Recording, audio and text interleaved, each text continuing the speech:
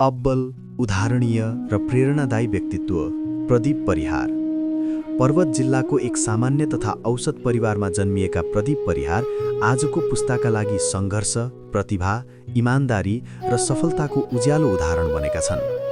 सानैदेखि अध्ययनप्रति गहिरो लगाव राख्ने उनी फलेवास स्थित भवानी विद्यालयका एक अब्बल विद्यार्थी थिए। विद्यालय जीवनभर उनी प्राय सधैँ प्रथम हुने गर्थे। उनको यही अद्भुत शैक्षिक क्षमता, निरन्तर मेहनत र अनुशासनका कारण उनले छात्रवृत्तिमा अध्ययन गर्ने अवसर पाए र आफ्नो पढाइको यात्रा अस्ट्रेलियासम्म पुर्याए।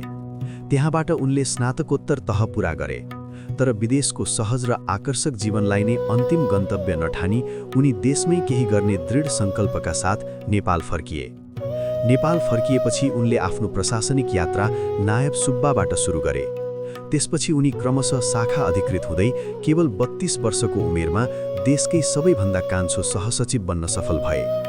यो उपलब्धि केवल व्यक्तिगत सफलता मात्र होइन, मेहनत, योग्यता र धैर्यले सामाजिक तथा संरचनात्मक अवरोधहरूलाई समेत जित्न सकिन्छ भन्ने सशक्त सन्देश हो।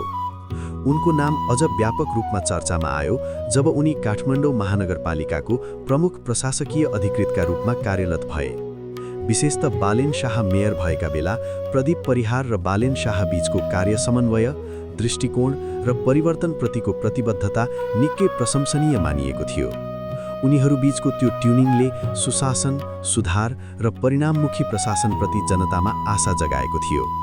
यद्यपि सफलताको यात्रामा उनले चुनौती र विवादका आँधी पनि झेले। उनीमाथि भ्रष्टाचारको मुद्दा दायर गरियो, जसका कारण उनको पद समेत निलम्बन भयो, तर समयले अन्ततः सत्यको साथ दियो। उनले भ्रष्टाचारको आरोपबाट सफाई पाए। यसले उनको व्यक्तित्वलाई झन दृढ, विश्वासिलो र सङ्घर्षशील बनायो। आज प्रदीप परिहार बालेन शाह प्रधानमन्त्री बनेसँगै प्रधानमन्त्रीको निजी सचिवका रूपमा नियुक्त भएका छन्। यो केवल एउटा प्रशासनिक जिम्मेवारीको पदोन्नति होइन, बरु योग्यता, निष्ठा, अध्ययन, सङ्घर्ष र राष्ट्रसेवाप्रतिको समर्पणको उच्चतम सम्मान हो।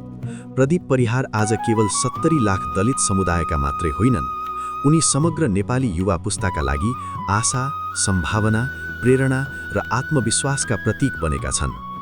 उनको जीवनले यो प्रमाणित गरेको छ कि जन्मले होइन, कर्मले परिचय बनाउँछ। परिस्थितिले होइन, सङ्कल्पले उचाइ निर्धारण गर्छ। उनको यात्रा हरेक युवालाई भन्छ, ठूलो सपना देख, इमानदारीका साथ मेहनत गर, अनि कुनै पनि उचाइ असम्भव हुँदैन।